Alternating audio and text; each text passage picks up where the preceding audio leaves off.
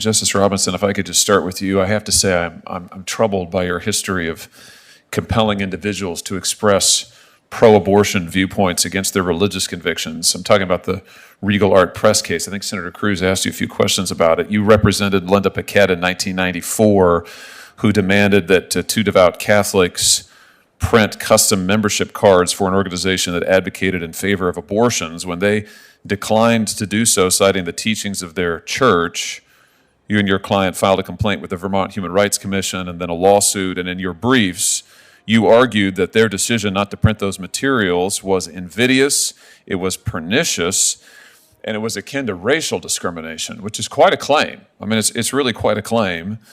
And I have to ask you, why did you feel it was important to leverage the machinery of government? This is a private business. These are two private individuals. Why did you feel it was important to leverage the machinery of government to force these two Catholic business owners to violate their sincerely held religious convictions? Help me understand this. Thank you, Senator Hawley.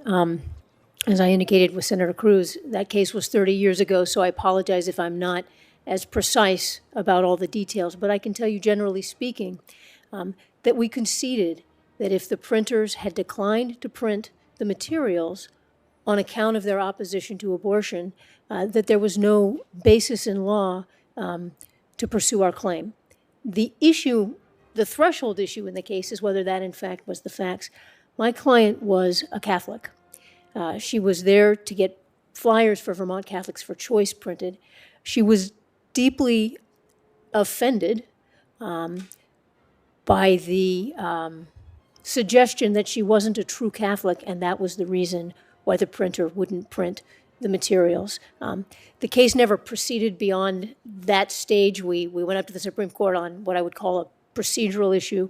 We went back down, and the case settled, and that was the end of it. Well, I can understand the issue if the government had told your client that she wasn't a true Catholic or a true Hindu or true whatever, given our First Amendment.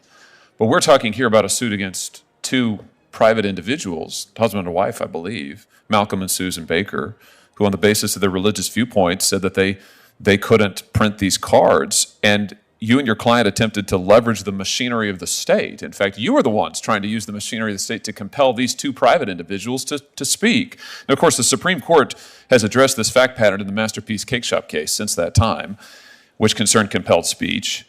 In light of Masterpiece Cake Shop, do you acknowledge today that your client would not have the right to compel other individuals to speak in a way that she favors? Her response in the full video, linked below.